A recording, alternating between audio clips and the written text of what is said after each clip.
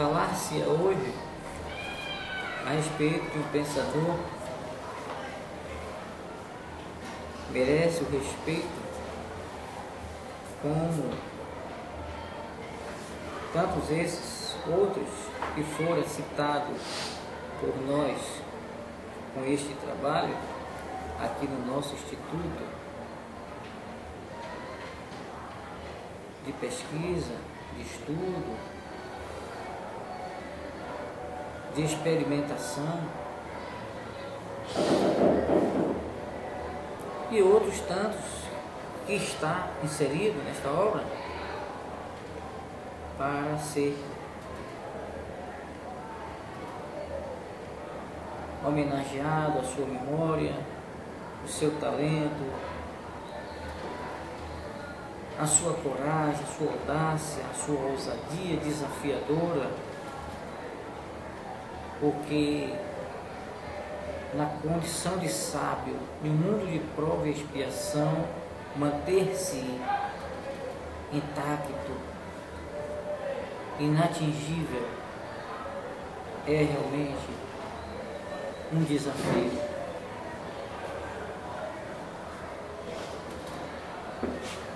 A história nos fala isso.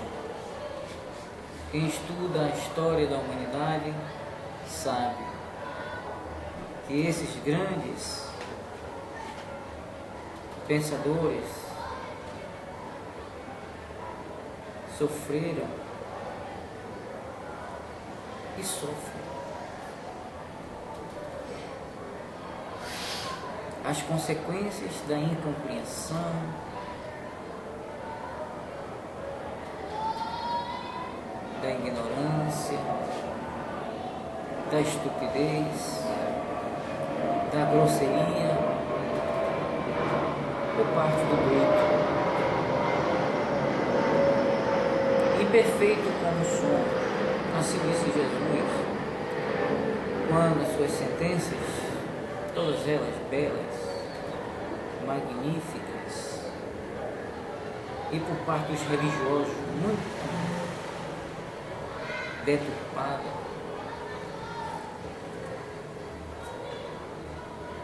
imperfeito como somos, como sois, não podemos gerar senão a imperfeição. E isso é verdade. Uma estrela, um gênio, conviver em um mundo de prova e expiação como é a natureza do planeta Terra e sair daqui ileso,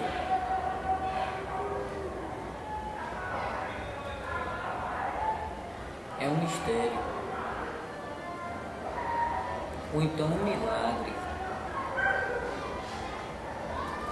Haja visto o sofrimento desses grandes homens que reencarnaram aqui com essa missão, na condição de facho luminoso, fincado entre as trevas. E este, ao qual homenagearemos a sua memória nesta noite, foi um dos, dentre tantos outros, que conta aos milhares,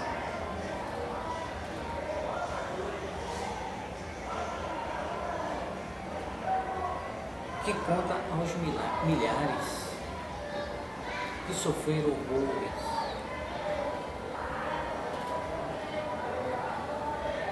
Refiro-me a Paracelso, Filipos Aurelius, Teoplastos, Bombastos, von Reinstein, uma das figuras mais importantes que surgiram nos autores do Renascimento. Veio à luz em Eenchen, perto de Zurique, Suíça, situado ao fundo de um belíssimo vale, no dia 10 de novembro de 1493, e foi batizado com o nome de Teoplastos, em memória ao pensador grego Teoplastos, Tritânis de Eresos, que o pai, doutor Huygens, admirava profundamente. Morreu a 24 de setembro de 1541, aos 48 anos de idade, lúcido, na pousada do Cavalo Branco, em Casgas. O nome de Filipos deve ter surgido mais tarde, sendo jamais usado por Paracelso. Quanto ao sobrenome Aurelos, fora seguidos ou sugerido pelos seus inumerados admiradores sob o nome Paracelso, com o qual se consagrou e se eternizou no contexto histórico. Existe uma opinião de que fora seu pai que lhe atribuíra, quando ainda era jovem, querendo assim demonstrar que ele seria mais um sábio que Celso, médico célebre que viveu ao tempo do imperador Augusto, autor de um livro de medicina avançadíssimo para sua época. Paracelso era um menino de saúde frágil, com tendência ao raquitismo, motivo pelo qual reclamava especiais cuidados de parte de seus genitores. Huygens dava uma extraordinária importância aos efeitos salutares do ar livre, respirado em plena natureza, concepção que mais tarde iria exercer especial importância no trabalho desenvolvido por Paracelso. Depreende-se destarte das suas memórias que o velho Huygens foi seu primeiro mestre de latim, seu pai, de botânica, de alquimia, de medicina, de cirurgia e de teologia. Embora tivesse sofrido outras capitais influências, estas influências teriam sido devidas às inquietações filosóficas, estéticas, políticas, sociais, religiosas, base sem dúvida do Renascimento, que daria para Celso notável impulso no campo da indução científica e do método experimental. Paracelso, muito jovem, foi enviado à escola dos beneditinos do monastério de Santo André, em Levantal, onde travou amizade com o bispo Eberhard Baumgarten, considerado um dos mais notáveis alquimistas de seu tempo.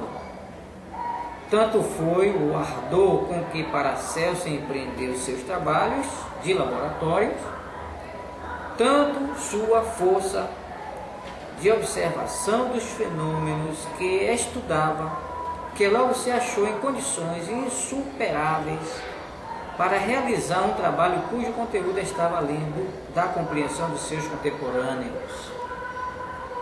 Mais tarde, Paracelso radica-se em Basileia, Suíça, onde alcançou sensíveis progressos no estudo das ciências ocultas. Àquela época, era impossível dedicar-se à medicina sem conhecer profundamente a astrologia. A ciência experimental ainda não nascera. Todos os conhecimentos que se adquiriam nos colégios ou conventos eram nitidamente dogmáticos. O misticismo e a magia conviviam com as teorias mais opostas. Os homens mais célebres lhes rendiam homenagem.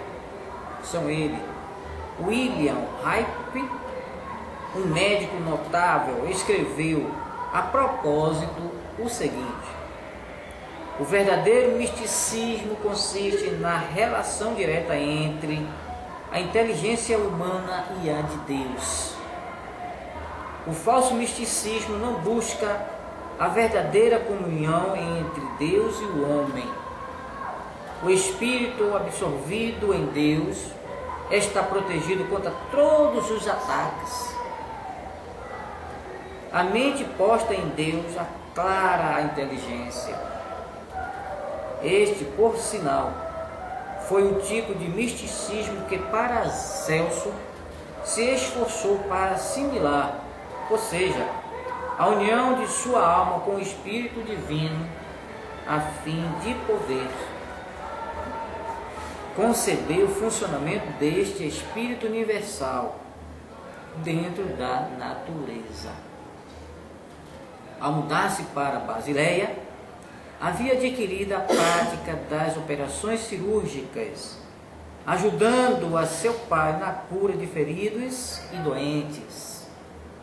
Em seu livro e escritos de cirurgia, Paracelso relata que teve os melhores mestres na técnica cirúrgica e que havia lido e meditado dos textos dos escritos mais célebres da sua época e de épocas passadas.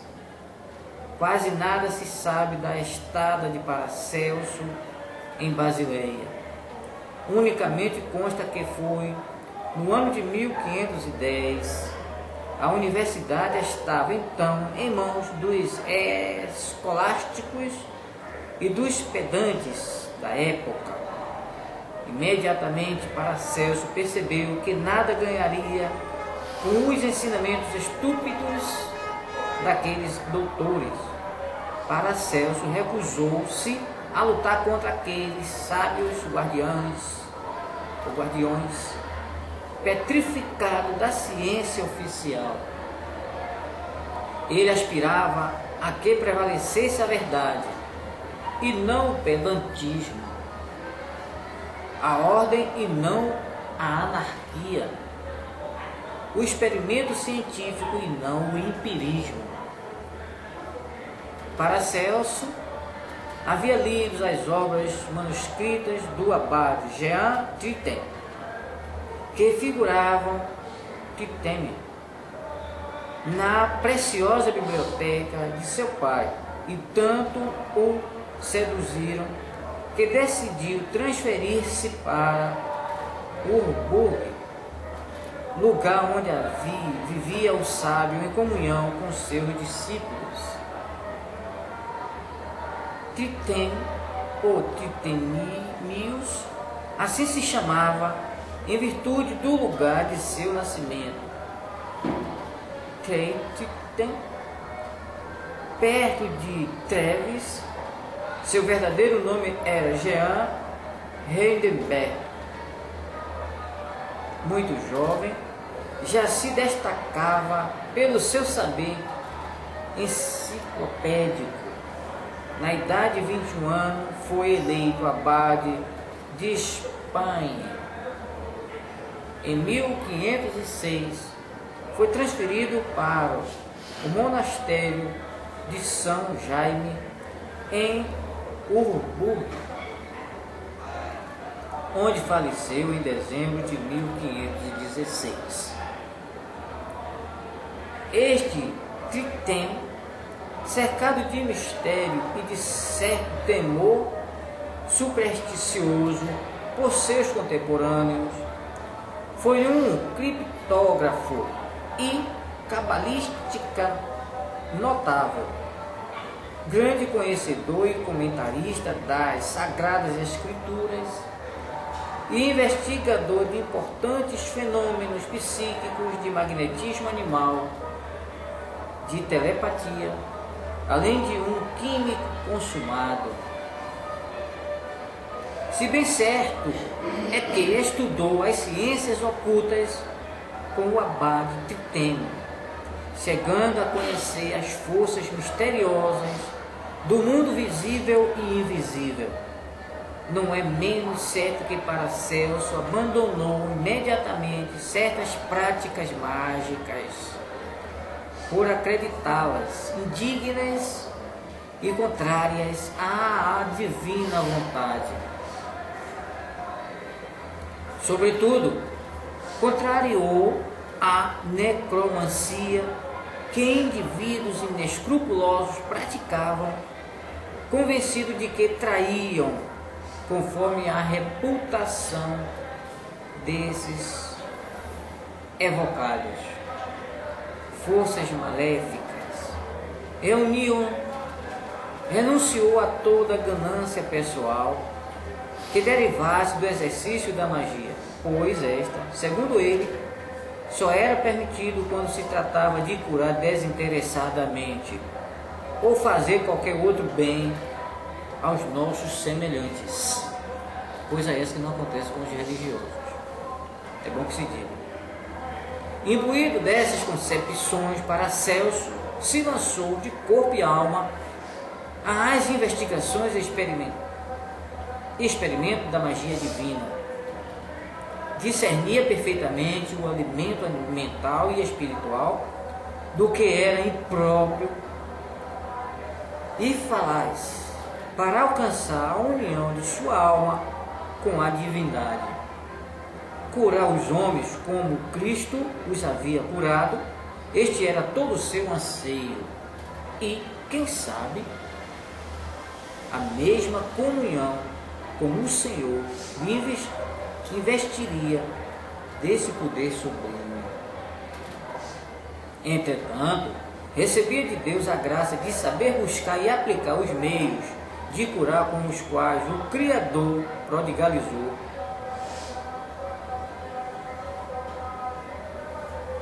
Em Nazaré. Em A Natureza,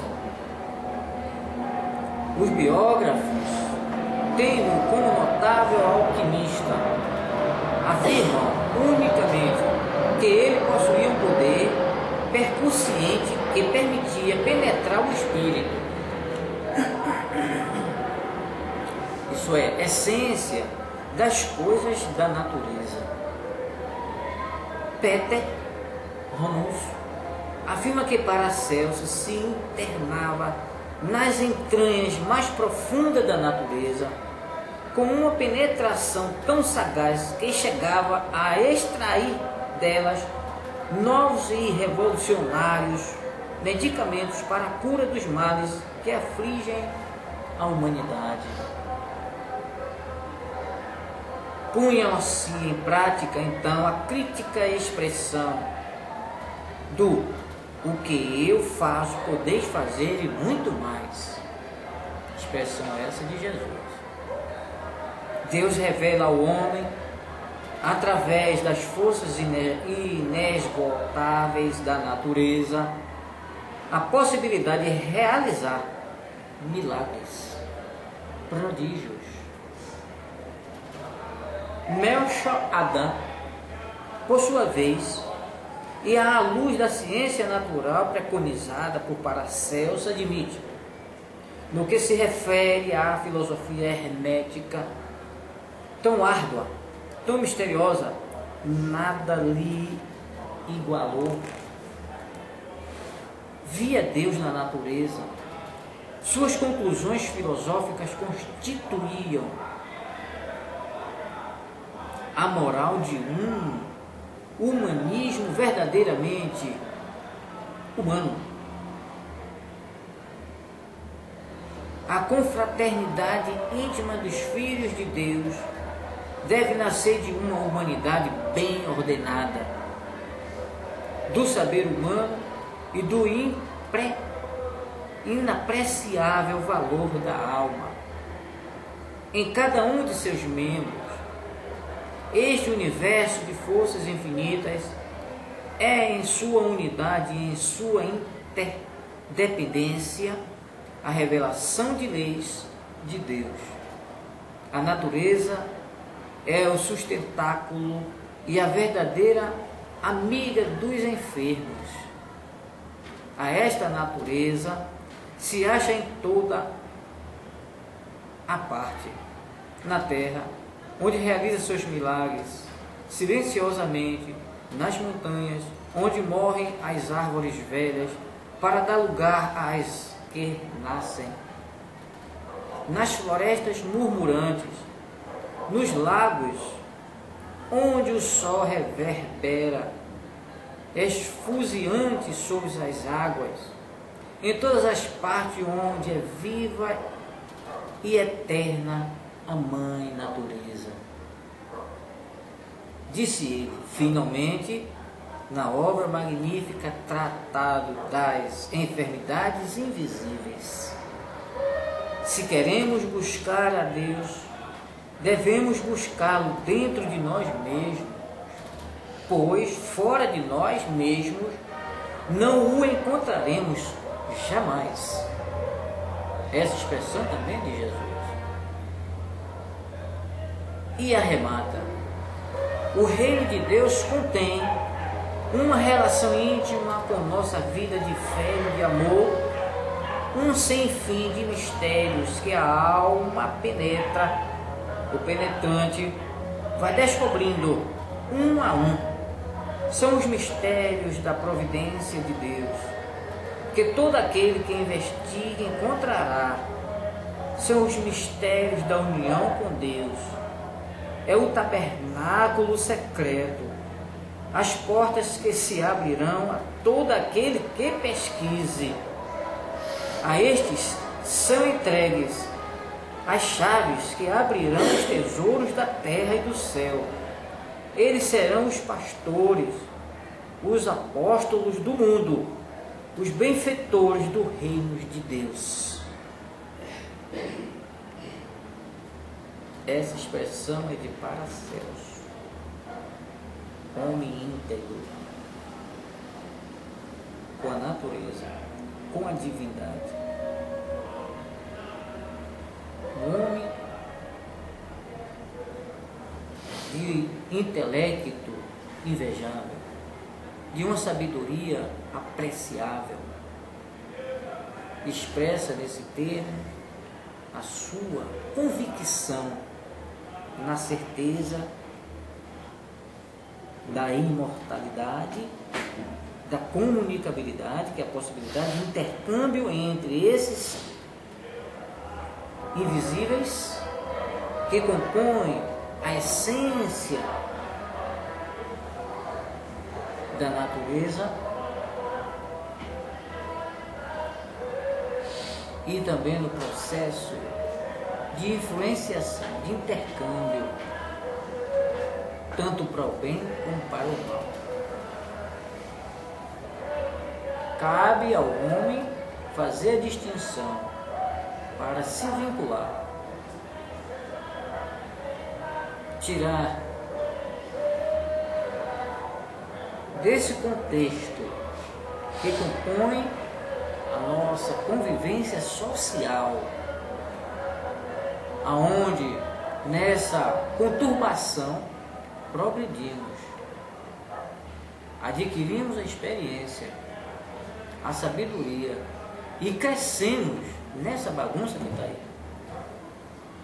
E é de praxe o homem fazer essa peneirai, para tirar do joio o trigo. Isso é, fazer o discernimento do que presta e do que não presta. Aderir o que presta e abdicar do que não presta. E isso aí é que consiste a sabedoria do homem. Todos esses homens sábios, todos esses gênios da humanidade, primaram por esse princípio. Ele deixou aí o seu legado para a humanidade. A gente fica aqui.